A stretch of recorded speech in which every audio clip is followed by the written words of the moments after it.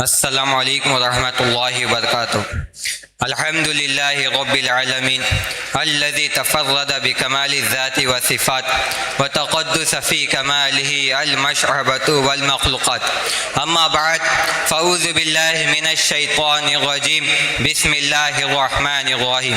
اللہ ولی الذین آمنوا، صدق اللہ ومولانا العظیم، وبلغنا علی رسولہ النبی الامین المتین الکریم، ونحن علی ذلک لمن الشاہدین والشاکرین، والحمد للہ رب العالمین۔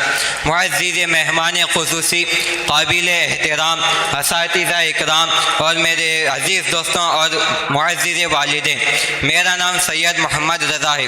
میں مدرسہ شاہ مدینہ شیموگا کا طالب علم ہوں۔ آج ہم سب یہاں اپنے ادارے کے پہلے کانوکیشن تقریب منانے کے لیے جمع ہوئے ہیں۔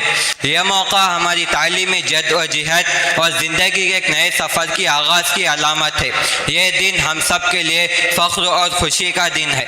بعض اوقات آدمی کرامت اولیاء کے معاملے میں شیطان کے وسوسے میں آ کر کرامت کو عقل کی ترازو سے تولنے لگتا ہے اور یوں گمراہ ہو جاتا ہے۔ یاد رکھیے، کرامت کہتے ہیں اس کارگے عادت بات کو جو عقلان یعنی ظاہری اسباب کے ذریعے اس کا صدور ناممکن ہے، مگر اللہ تعالیٰ عز و جل کی عطا سے اولیاء سے ایسے باتیں اوقات صدور ہوتی ہیں، اس کو کرامت کہتے ہیں۔ محترم حضرات، سلطان الاولیاء حضرت سیدنا غوث اعظم رحمۃ اللہ علیہ کے بچپن شریف کی 7 کرامتیں آپ کے سامنے پیش کرتا ہوں۔ حضور سیدنا سرکار غوث اعظم رحمۃ اللہ علیہ مددزاد ولی تھے۔ پہلا، آپ رحمۃ اللہ علیہ جب اپنی ماں کے پیٹ میں تھے اور جب آپ کی ماں کو چھینک آتی اس پر وہ الحمدللہ کہتی، اور آپ رحمۃ اللہ علیہ اپنی ماں کے پیٹ میں ہی اس کے جواب میں یرحمک اللہ کہتے۔ دوسرا، آپ رحمۃ اللہ علیہ یکم رمضان المبارک بروز پیر صبح صادق کے وقت دنیا میں پیدا ہوئے۔ اس وقت ہونٹ آہستہ آہستہ حرکت کر رہے تھے اور اللہ اللہ کی آواز آ رہی تھی۔ تیسرا، آپ رحمۃ اللہ علیہ کی ولادت جیلان شریف میں 1100 بچے پیدا ہوئے، وہ سب کے سب لڑکے تھے اور وہ سب کے سب ولی اللہ بنے۔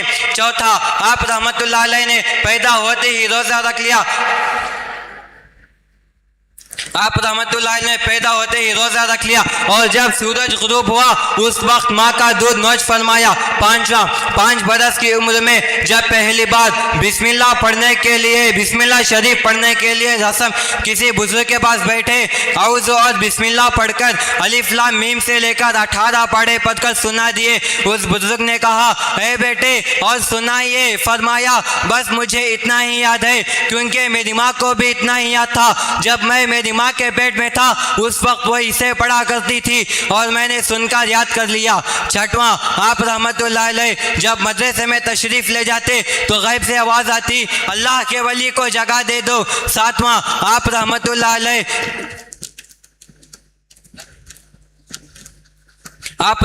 علیہ جب لڑکوں پل میں کھیلنے کا ارادہ فرماتے تو غیب سے آواز آتی، اے عبد القادر، ہم نے تجھے کھیلنے کے لیے نہیں بھیجا ہے۔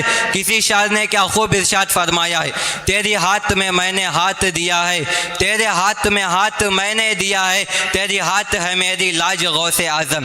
اتنا کہہ کر میں اپنی تقریر ختم کرتا ہوں۔ واخر الدعوان الحمد للہ رب العالمین۔ السلام علیکم۔